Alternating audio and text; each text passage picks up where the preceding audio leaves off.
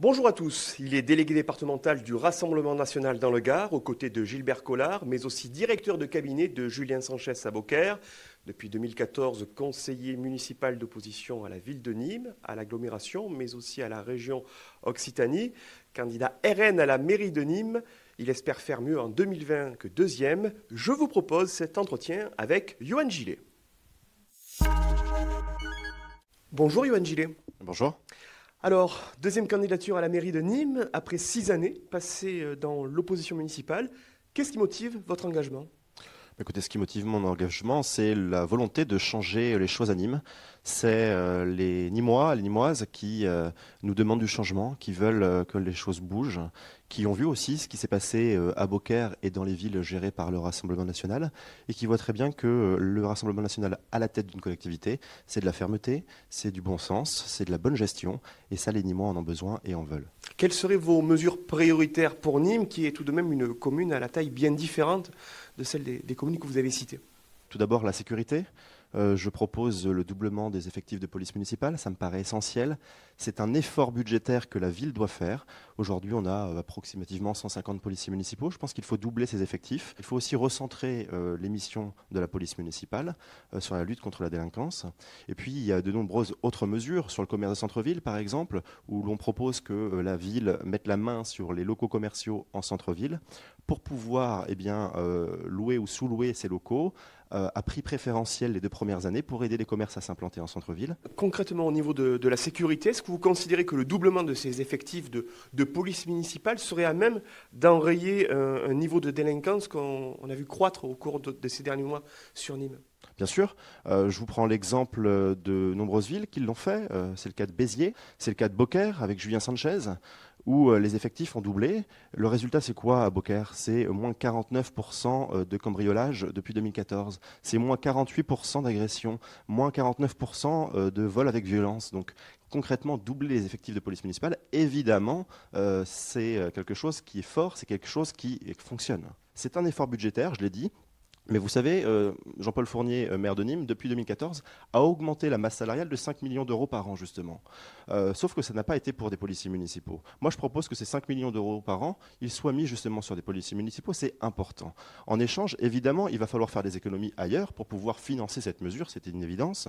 Je pense aussi qu'il faut baisser les effectifs d'agents municipaux. Ce que je propose aux agents de la ville de Nîmes, c'est un pacte de confiance. C'est leur dire, je ne vais pas renouveler tous les départs en retraite pour pouvoir faire des économies. La ville de Nîmes, c'est à peu près 3000 agents, il faut le savoir quand même. Et en échange, je propose que les agents municipaux soient mieux considérés, mieux valorisés et aussi mieux payés. Moi, je préfère moins d'agents avec des missions très claires, mais mieux payés, pour pouvoir dégager des économies et investir massivement, qu'une collectivité avec beaucoup d'agents, avec des dépenses pharaoniques. Alors récemment, vous avez tensé la guerre entre Jean-Paul Fournier et Yvan Lachaud, la qualifiant de frein au développement pour Nîmes. Pourtant, vous ne pouvez pas renier les investissements faits par la ville, voire même par l'agglo. Par la ville, l'agglo, excusez-moi, mais je ne vois pas trop d'investissement de l'agglo. Pour le coup, c'est un mandat pour rien, malheureusement, de la part d'Yvan Lachaud. Nîmes s'est transformée, évidemment. Est-ce que Nîmes est plus belle aujourd'hui qu'il y a 10 ans ? Évidemment, on ne peut pas dire le contraire. Évidemment, les boulevards ont été refaits. Évidemment, il y a eu des belles réalisations. On ne peut pas dire le contraire.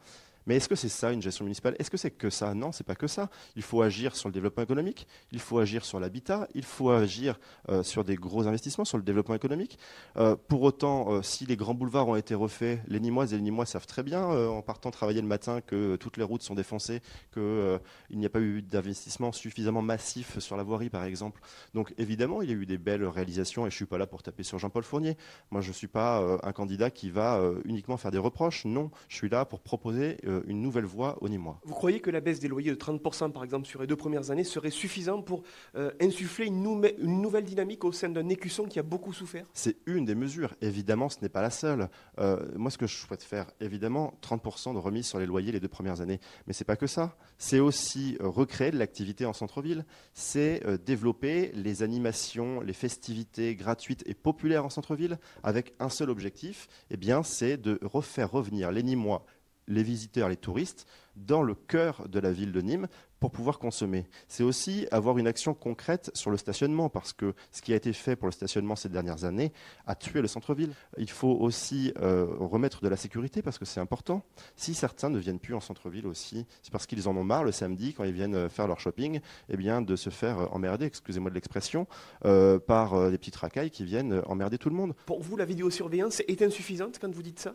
Il faut plus de vidéosurveillance, mais il faut surtout plus d'hommes sur le terrain. Parce qu'aujourd'hui, les policiers municipaux à Nîmes sont de bonne volonté, sauf qu'ils ont peu de moyens, ils sont peu nombreux, et en plus, ils n'ont pas forcément les bonnes missions. Un mot sur la rénovation urbaine. On sait que l'ANRU a été lancé récemment. Quelle est votre vision pour les quartiers dits difficiles à Nîmes? Mais je soutiens tout à fait le dispositif ANRU, ça me paraît essentiel. Il faut refaire de ces quartiers des endroits où il fait bon vivre. Ce qu'il y a dans les quartiers aussi, c'est que la police municipale n'y rentre plus. Même la police nationale parfois. Moi, c'est pas comme ça que je conçois les choses. Là où il y a des problèmes, on met des effectifs de police et on fonce dans le tas et on y va. Yoann Gillet, je vous remercie. Vous pourrez retrouver cet entretien sur le www.viaoccitanie.tv.